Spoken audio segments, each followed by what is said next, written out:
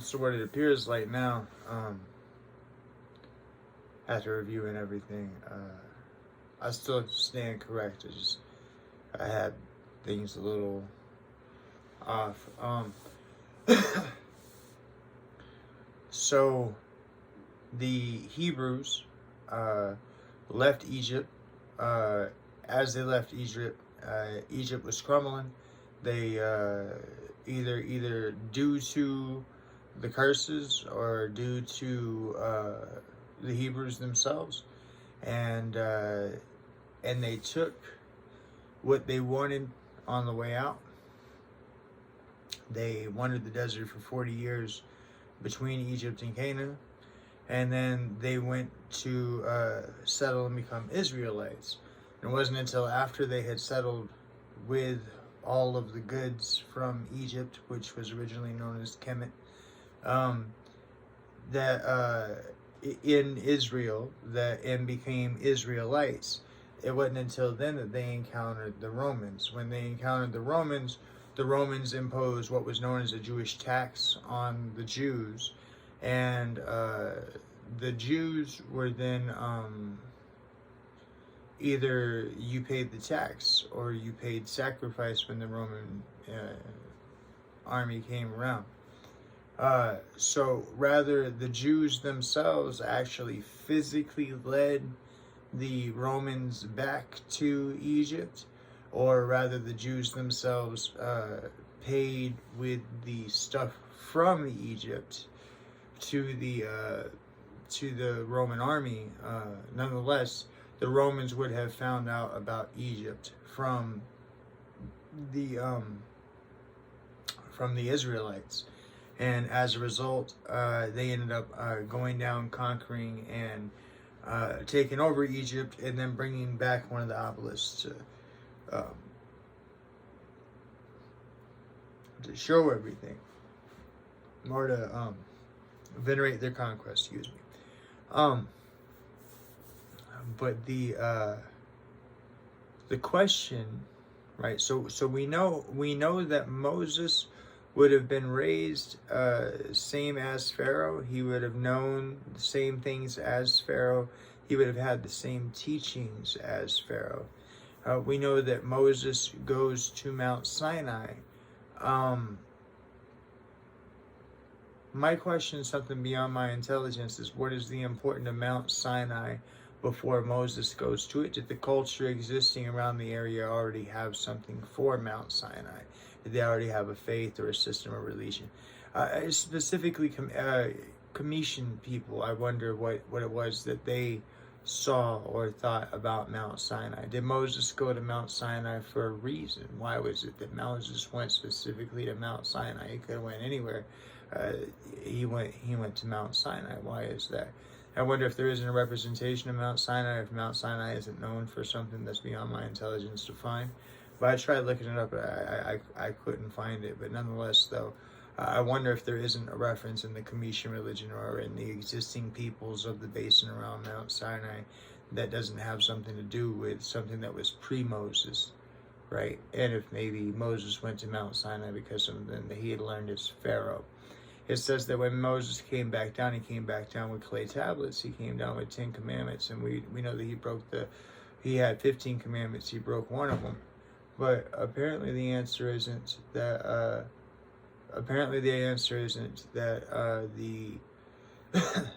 That was it. Moses later inscribed the Torah, which is more. But nonetheless, it stands to reason that the history of the Kemetian people, rather it be from this little baby that was found in a stream in a basket named Moses, or rather it be at the hand of the Romans when they invaded and they tried to cover everything up after they had studied the great empire that was there, that they figured out that they couldn't make it look like it was Roman, and therefore they studied it, brought it back, and made its teachings their own. But we as white people stole black history from the black peoples. I have one last thing to look up real fast, and then I'm going to move on to my next video. So in my studies, I come to realize that I have the full story that nobody got to experience, and that is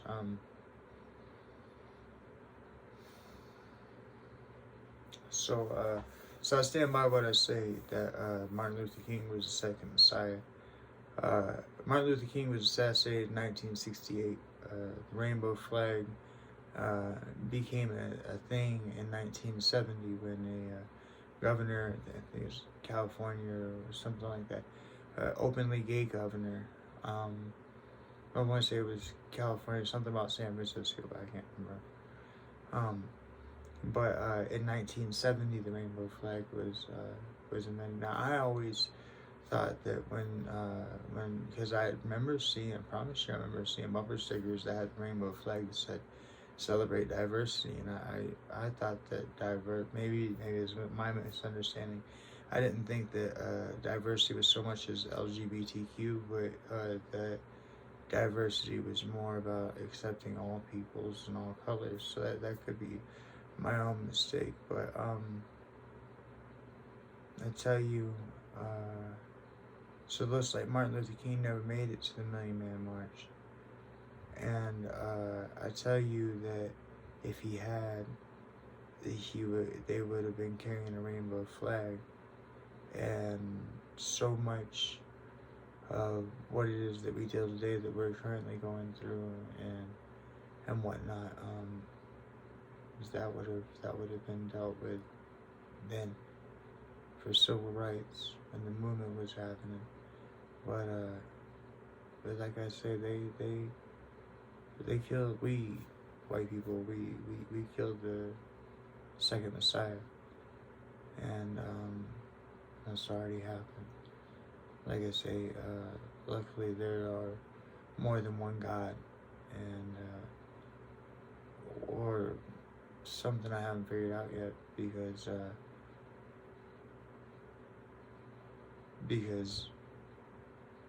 otherwise we'd be kaputs already. But what I will tell you is, if you are black skinned or you identify as black, I'm sorry. So I'm calling it the whiteout. I come to find out that in my own culture, there was something I was doing that was up till recent that was racist. That I don't view it as racist because I had no intention of being racist. But I explain this to you because it alludes to the issue here. So number one, we all have an issue of communication. That's why I'm just sitting here talking to you about it, because it's like it needs to get on the table. Number one. But number two, I come to find out that there was a racist thing that I've done my whole life, and I never really thought twice about it.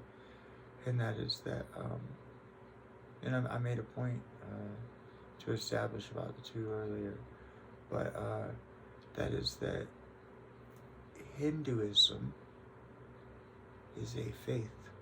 It has many sects. However, Hinduism is not a people. The people, my fellow white Americans, are known as Indians. And to me, that was not a thought in the world that I had, because I come from America, so we have Indian Americans. But then the more I got thinking about it, the more I realized that, like I say, I'm calling it the whiteout. So number one, I guess I can't say we because I'm not part of the Roman Empire, you know. And your boy ain't sitting here smoking on big cigars with fat cats, right? But white people, we took over any and everything that we could, and we named everything. And if you need proof in that, and that proof that the viewpoint was white, look at the fact that, so number one, I would have called Indians Hindus, but they're not. Hindu is a religion. And I apologize to you all for that. I'm being honest and pointing something out here. And Indians, right? So Native Americans, I would say native.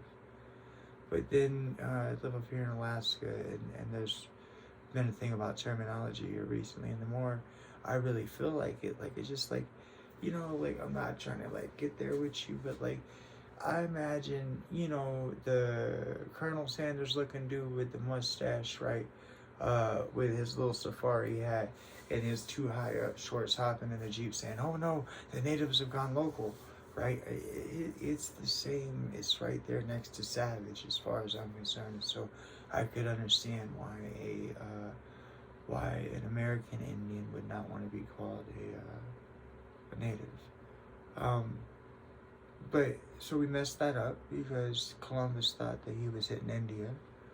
And then at the same time, now we got to have all these other things, which is, I apologize to the Latin Hispanic community for every word that I'm about to trip on, but I'm gonna do it just to get it out there and point something out real fast.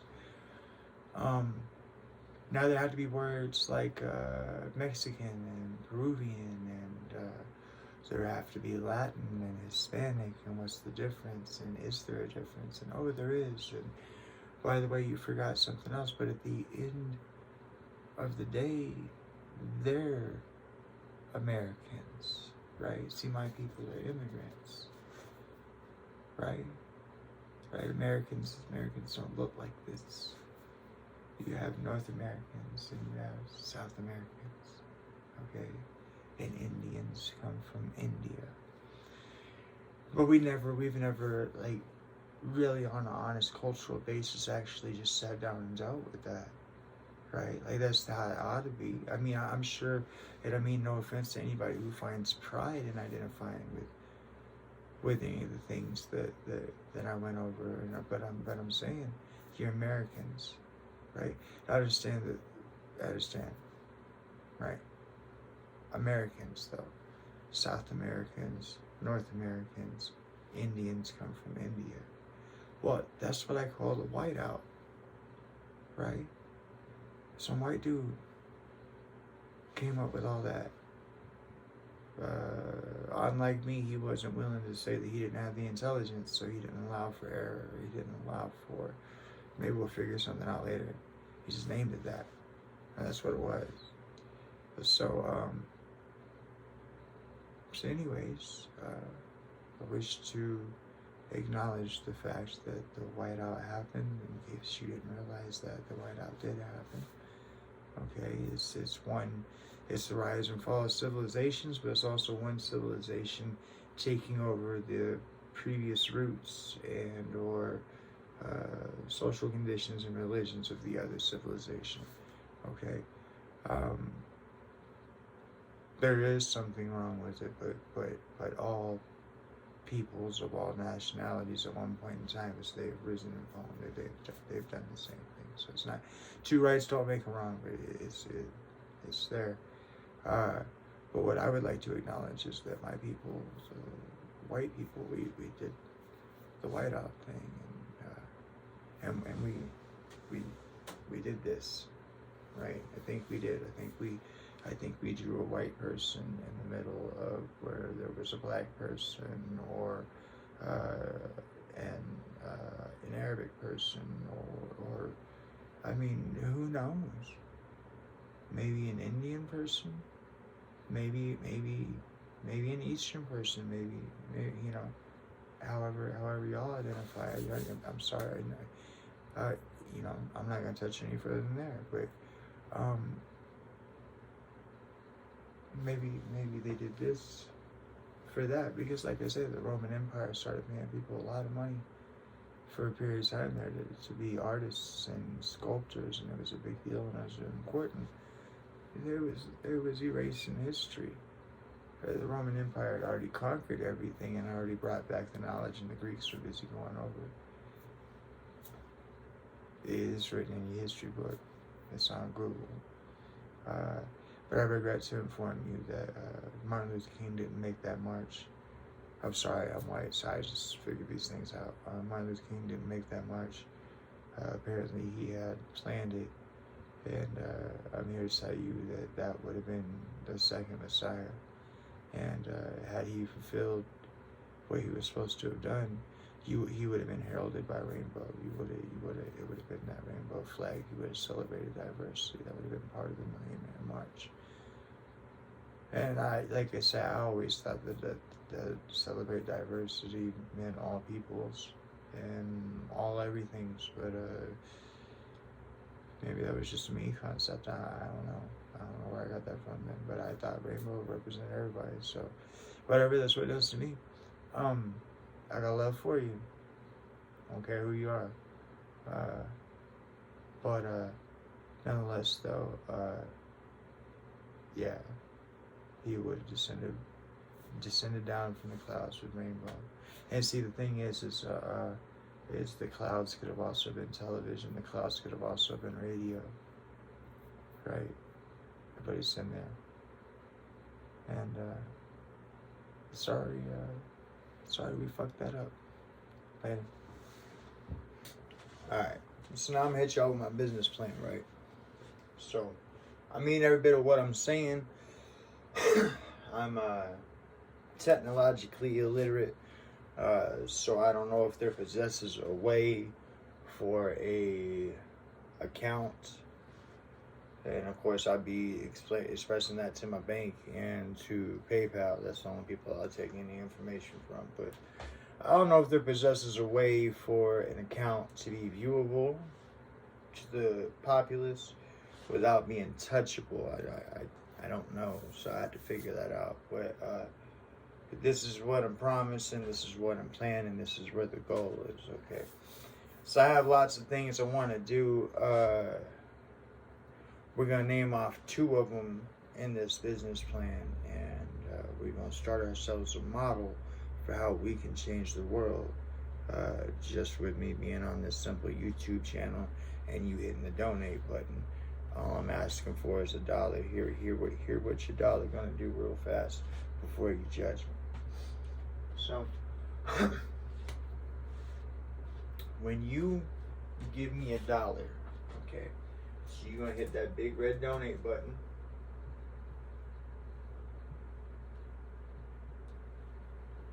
Here's what's going to happen. Now, I'm opening up a business account with PayPal so that I can accept all forms of payment. That way I don't have to just have a PayPal to PayPal. You can, I assume, according to the way that I understand it, you can pay with anything you want to: Visa, MasterCard, your bank account, your debit, your whatever, okay? I chose to use PayPal. I understand there's something about some sort of percentages, whatever. I don't care. I want you to know that you are safe in opening up your wallet to me. And I want to make sure that's done through the most reputable that I know of, which is PayPal. Okay, I could be wrong, but it appears to be, when you say online banking or internet, I think the word PayPal. So there you go. So that red donate button is going to put whatever you donate to me. All I'm asking you for is $1, but I'll make it so you can put more if you really want to. But this, thank you. But what's going to happen is that when you give me $1, okay, I want you to know what I'm going to do with it. So it's going to go to this PayPal account. Now, I'm sorry, okay, I understand I might be a little paranoid, that's fine, okay? I don't like the idea of my money just sitting on PayPal, okay? So what will happen from there is once you give me that $1 goes from PayPal to the checking account, which is always going to be empty, because the second I put money in the checking account, I'm going to sort it this way, and I'm letting you know how I'm going to sort it.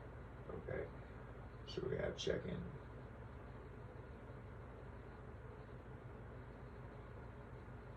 okay, and then we're going to have savings.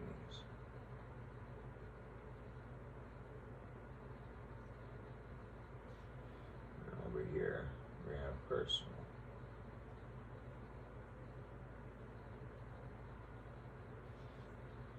I don't want to lie to you guys. I'm being straight up with you guys. This is how I plan on doing it.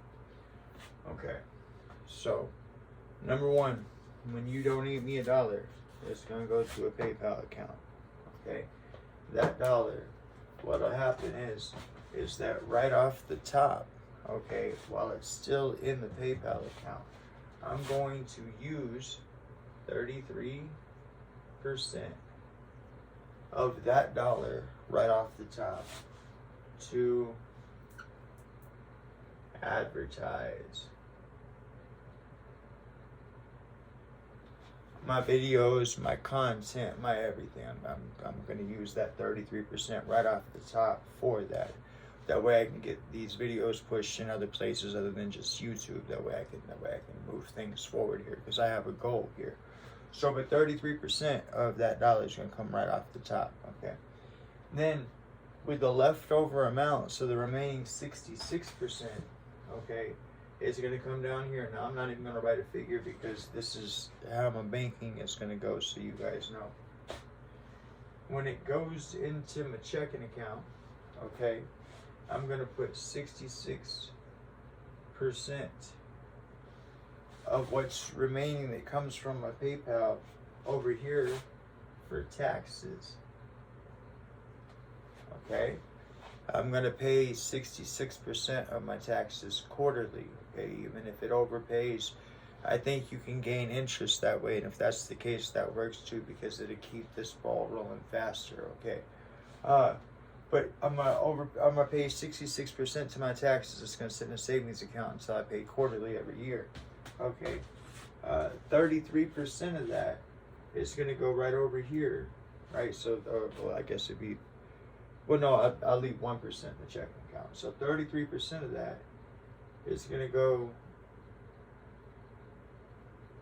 of what comes from PayPal, right? So 66% is gonna go to my savings for taxes. 33% is going to go to my checking for my own personal living. Okay, now I want to tell you what I'm planning on doing with my own personal living portion of this. That way all this will make a little sense to you, and maybe it make a little more sense to you as to why you want to give me that dollar on that PayPal, if you choose to, and if you're in the place to be able to. Okay, and that's this right here. Okay, so that 33% that I set in my checking. Of course, you know, I have to pay my bills and such as that. But if I get enough money in there, if you can help support me, if you can help me make this my 9 to 5, okay, if you can, I'll dedicate myself to you. There might be a day or two lapse here coming soon, because I've just hammered at this. I built this thing, and then I've been hammering at teaching myself all these things. I still haven't even figured out how to put these videos to YouTube, but I know that I'm getting the film taken care of, and then as soon as that's done, then I just got to set up the PayPal account, which I'm talking to you about now, and set up a figure out how I can even post these videos onto YouTube, because I don't know that yet. But when you give me that dollar, and I put 33% to advertising initially, and 66% of that comes from my PayPal account to my checking account, right? And 66% of what comes to my checking account is going to go to my savings, and 33% is going to go to my actual what I live off of, right? I leave that 1% in there for emergencies, or in case we want to splurge on on doing something for the channel or something like that. I don't know. Okay, but what'll happen here is this right here, is I'm gonna take that 33% and I'm gonna buy real estate.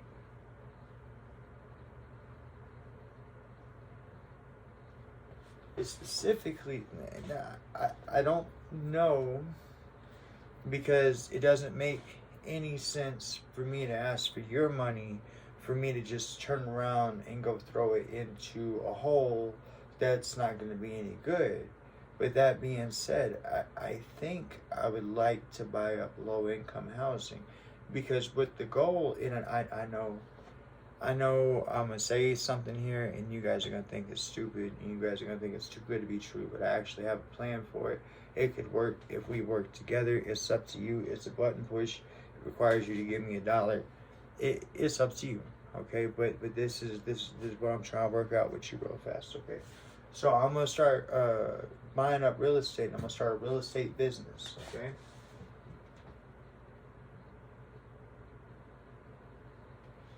Now, if you give me your $1, like I say, these things will go this way. This will be 33% goes. You know, like I said, I pay my bills first and all that stuff. And when I can afford it, I will invest in real estate, and I'll put videos on here that way you guys can see that I'm doing the thing. I believe in holding myself accountable, so you guys will be able to see this all the way from the me starting here in the shed to the whatever this ends up being. Okay. But what I would like to do is I would like to buy low income housing. Okay.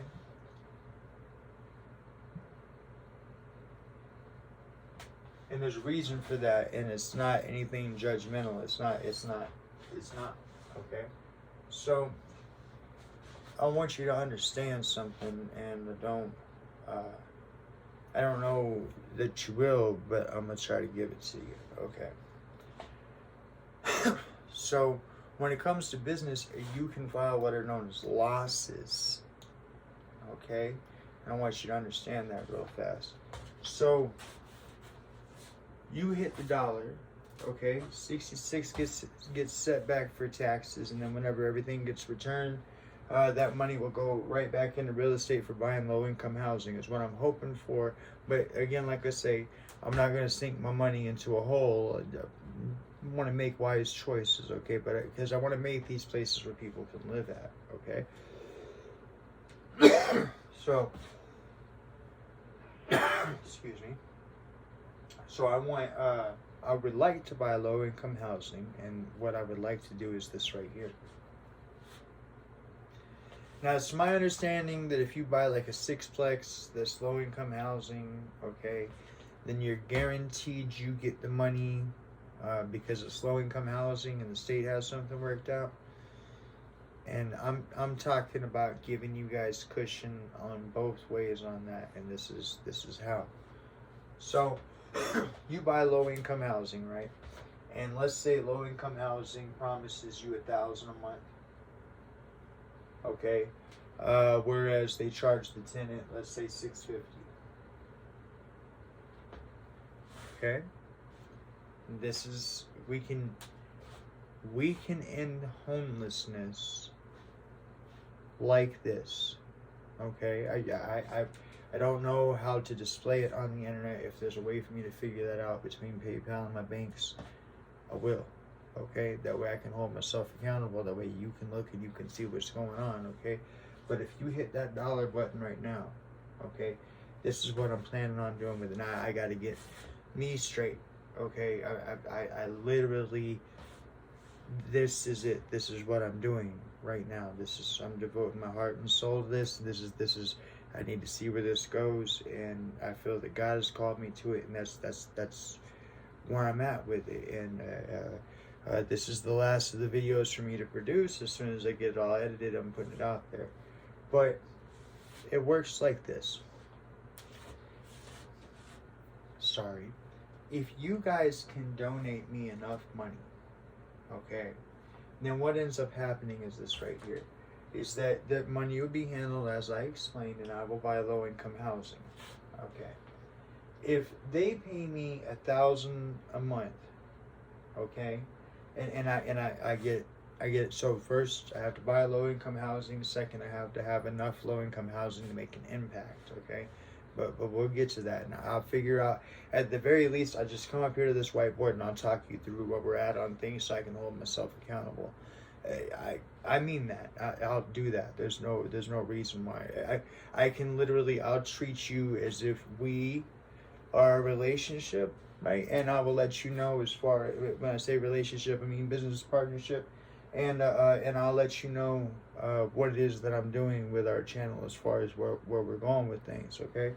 But the plan here is this right here, is that of course I gotta fix me, but I buy this low-income housing. I buy enough of it. If they pay $1,000 for the person to pay $650, the reason why I got those two put up on the board is this right here. If you guys donate me enough money, then what we can do is this. I want to make it Okay, this is a multi-impact statement. I want you to hear me real fast. Okay, so these are low income housing. Okay, I want to make it so that a person, anybody who qualifies for low income housing, okay? Now, everybody always says, well, somebody has to foot the bill, and I want to foot the bill, okay? I'm sorry, flat broke. I need you to help me, okay? But I want to be that source that foots that bill, and I want to explain to you what I'm footing the bill of and what it is we can do with this if you help me. Okay, so if you donate me enough money and I get enough low income housing and I get enough of them, okay, then this is what can happen. I want to make it so that a person only pays rent once every quarter. Okay, so that's once every 3 months. Okay, a person would actually pay rent once every 3 months. Now here's what I mean by that. So this is all things are double-edged, but this is a good thing, both sides. Okay, so number one, when the state pays me $1,000, when the person's only given $650, the state is bumping me up $350 per person, okay, or per rental unit. Okay, so if I make it so that a person only pays rent once every quarter, so once every 3 months, okay, then what ends up happening is that 2 of those months the state don't pay me $350. So now your taxes are more effective. That's one thing. But then the other thing is this right here. Now you as the person renting, okay, you still have an obligation of $650. Okay, so every month you as the I know I just said that you ain't paying rent but once quarterly, and now I'm saying you're paying rent every month, but you are paying rent every month. Okay, you will not lay back, relax, none of that. No, you will have a job. Okay, but we're gonna get you somewhere with your job, and we're gonna make this thing possible. That the only way to do this is there has to be money coming in to support this. But I want you to hear what I have to say real fast. Okay, so if a person is in charge of coming up with $650 every month for their rent because they qualify for low income housing, okay, and I'm telling you that I am only charging them once every quarter, so I'm only taking that $650 once every 3 months, then that allows for $1,300 every quarter, right? Now here's what I propose. I propose that if you can help me generate enough revenue to create this so that this $1,300 that this person would be paying to low-income housing now goes back into their pocket. Okay? Now, why would we do that and how would we do that? Let me explain. So this $1,300, before it goes back into their pocket, because it's going to go into their pocket. It is their money. But first, it's going to pay for 2 people, okay? I want every person who has to pay rent to have 2 people in their life. You know what that is? I want every person to have an accountant, right? And I want every person to have a therapist, right? Now, I know you're thinking to yourself, well, why on earth would I want an accountant or a therapist, or why would I sign up for having an accountant or a therapist? I just go rent somewhere else, and that's fine. You can still rent from me. You don't have to be part of my little game here. However, at the same time, what that equals out to is that if you choose not to be part of my little game, I'll take my $650 from you every month. Thank you kindly, okay? But if you want to play along here, then this is how this works. That $1,300 will be able to pay for you an accountant and a therapist, okay? So there are 2 people in the world that are guaranteed to give a damn about you because somebody's paying them money to do so, okay? Now, $1,300 don't sound like a lot, but over a period of time it will be. Okay. But number two, if you have an accountant managing your money, they can make sure that they pay themselves and the therapist. Okay. Number three, if you're a person with a substance abuse addiction problem, or some sort of a drinking problem or something like that, you have a tendency for benders or whatever, you're not going to be able to get a hold of that money from your accountant without your therapist's okay.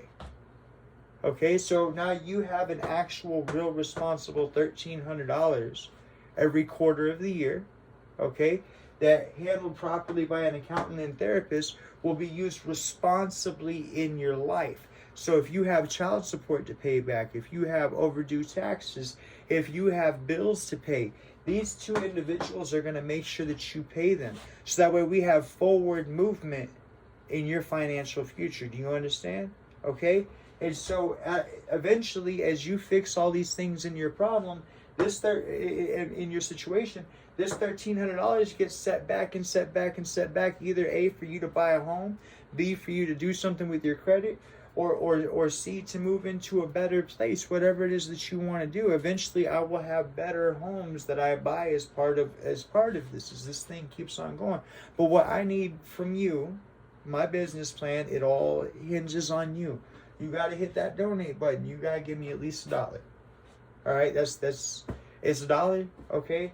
That's what I'm going to do with it. 33% of it's going to go towards that, okay? I'll make my money off of, I won't make any money. That's kind of the point, is that I'll be making my money off of the donate button, off of the 33% where I told you to go, where to come from, right?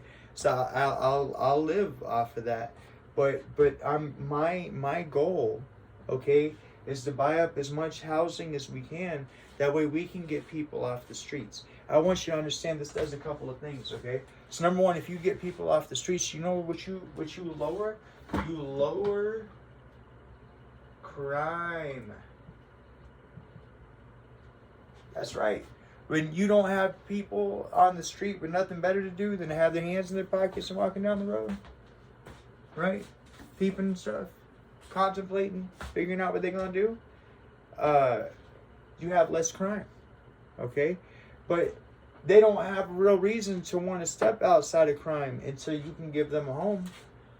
And you can't give them a home until you start solving things. And I think this is where it starts at, okay? I think that we can generate enough money to make it so that eventually no person has to be homeless. Now there are people out there that like to be alone. There are people out there that have their own way of life, okay? And that's fine, okay? That, but for the majority, we can make homelessness a past issue. Now I want to tell you something else we can do. If we get this going good enough, okay, because this can actually generate money over a period of time. It's just a slower clock. And I don't mind doing the slower clock if what we have going here is we're helping people, we're lifting people up, we're better in our community, and we're making things happen. And like I say, that what if for this holiday season, what if you had an accountant and a therapist that had helped you remembered all the little things that you had brought into the therapist, that you talked about your girl, or you talked about your kids, or you talked about your dog, right? And so you got a person that actually gives a damn about you, listening to you, help you figure things out, right? But then you also got an accountant to make sure that you set back enough money. How would an extra $1,300 have helped you this holiday season, right? And what if you could provide that to the man who qualified, the man, woman, family that qualifies for low income housing, okay? But you can. And it's right here in this, what I'll do with it. I'll like I say, when I make a move, I'll check in with it. I don't, you know what I mean? The second I go to buy a house and I go to get some low income housing and whatnot, what I'm doing with it or whatever, I'll let you guys know. Okay, and I'll let you guys see what's happening with it and what's going on. And they'll know that it's as a result of Defy Yourself, the channel that we got right here, okay? But it all hinges on you donating that $1. And that's up to you. But that's what I'm doing with it. That's my business plan. I believe God called me this, like I say, so I already know But nonetheless, though, thank you very much, and you guys have been a joy to host. Even though I know y'all been talking to me, I've been talking to you, and y'all take care of yourself. All right, later.